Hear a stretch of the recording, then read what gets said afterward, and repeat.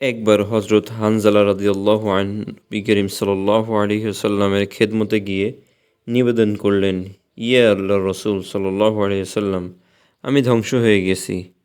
রাসূলুল্লাহ সাল্লাল্লাহু আলাইহি ওয়াসাল্লাম জিজ্ঞেস করলেন, কি হয়েছে? তিনি বললেন, আমি মুনাফিক হয়ে গেছি। রাসূলুল্লাহ সাল্লাল্লাহু আলাইহি ওয়াসাল্লাম জিজ্ঞাসা করলেন, কিভাবে মুনাফিক হলে? উত্তরে বললেন, ইয়া রাসূলুল্লাহ, আপনার মজলিসে যখন বসি তখন অন্তরে ভালো আবেগ, উদ্দীপনা ও চিন্তা চেতনা জাগ্রত হয়। অন্তরে আল্লাহর স্মরণ জীবন্ত থাকে, নিজেকে সংশোধন করার চিন্তা জাগে, আখেরাতের নেয়ামত স্মরণ হয়। কিন্তু যখন জীবন জীবিকার ব্যস্ততায় মগ্ন হই, পরিবার পরিজনের কাছে যাই, তখন সে অবস্থা আর অবশিষ্ট থাকে না। এটা তো মুনাফিকই যে ভিতর ও বাহিরের চিন্তা ভিন্ন ভিন্ন হবে। এই জন্য ইয়া রাসূলুল্লাহ, আমি মুনাফিক হয়ে গিয়েছি। আমাকে বলে দিন, এ থেকে আমি কিভাবে মুক্তি পাব? দেখুন, রাসূলুল্লাহ সাল্লাল্লাহু আলাইহি ওয়াসাল্লামের একজন সাহাবী এই কথা বলছেন, ভাবা যায়?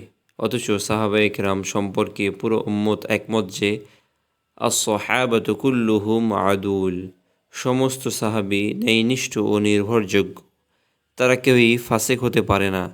তাদের এ সন্দেহ জেগেছে যে আমি মুনাফিক হয়ে যাইনি তো? রাসূলুল্লাহ সাল্লাল্লাহু আলাইহি ওয়াসাল্লাম তাকে সান্ত্বনা দিয়ে বললেন, বাড়িতে যাওয়ার পর চিন্তার জগতে যেই পরিবর্তন মনে হয়, নিজের অবস্থার সেই পরিবর্তন অনুভব হয়, এর জন্য পেরেশান হয়ো না। এই কারণে মানুষ মুনাফিক হয় না। সময় বিশেষে এমন হয়ে থাকে। কখনো মানুষের অন্তরে আল্লাহর স্মরণ অধিক হওয়ার ফলে আত্মা বিগলিত হয়। অবস্থা এই পরিবর্তনে মানুষ মুনাফিক হয় না। সাহাবায়ে কেরামের এ নিয়ে চিন্তা ছিল না যে অমুক মুনাফিক হয়ে গেছে, বরং এ বিষয়ে চিন্তা ছিল যে আমি মুনাফিক হয়ে গিয়েছি। হযরত ওমর রাদিয়াল্লাহু আনহু এর নিজের ব্যাপারে মুনাফিকের সন্দেহ পোষণ।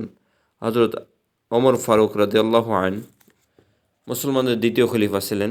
তার সম্পর্কে রাসূলুল্লাহ সাল্লাল্লাহু আলাইহি ওয়াসাল্লাম ইরশাদ করেছেন, লাউ কানা বা'দি নাবিয়্যান লাকানা উমর।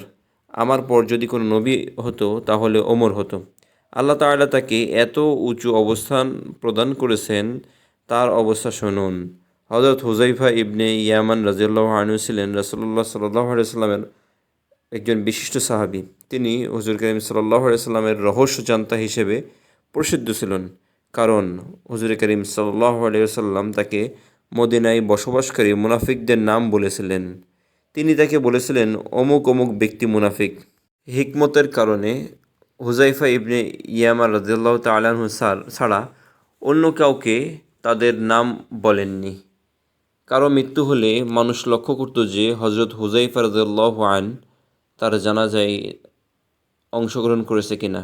কারণ সাহাবায়ে কেরাম মনে করতেন যে হুযাইফা যার জানাজায় অংশগ্রহণ করেননি, তার বিষয়ে অবশ্যই সন্দেহের কারণ আছে। আর তার কারো জানাজায় আসা মানে হলো তার বিষয়ে সন্দেহ নেই। হযরত ওমর ফারুক রাদিয়াল্লাহু আনহু হযরত হুযাইফার নিকট গমন করে আবেদনের সুরে তাকে জিজ্ঞাসা করলেন, হে হুযাইফা, আল্লাহর হস্তে আমাকে বলো, তোমার নিকট মুনাফিকদের যে তালিকা রয়েছে তার মধ্যে ওমরের নাম নেই তো?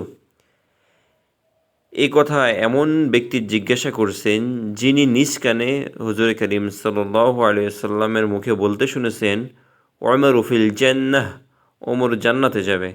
যার সম্পর্কে রাসূলুল্লাহ সাল্লাল্লাহু আলাইহি ওয়াসাল্লাম বলেছেন যে আমার পরে যদি কেউ নবী হতো তাহলে সে ওমর হতো। তাকে এই চিন্তা পেয়ে বসেছে যে আমি মুনাফিক নই তো? এই চিন্তা এই জন্য ছিল যে তার নিজেকে সর্বদা সংশোধনযোগ্য মনে করতেন। নিঃসন্দেহে রাসূলুল্লাহ সাল্লাল্লাহু আলাইহি সাল্লাম বলেছেন যে ওমর জান্নাতে যাবে।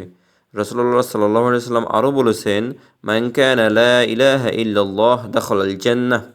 যে ব্যক্তি লা ইলাহা ইল্লাল্লাহ বলবে সে জান্নাতে যাবে।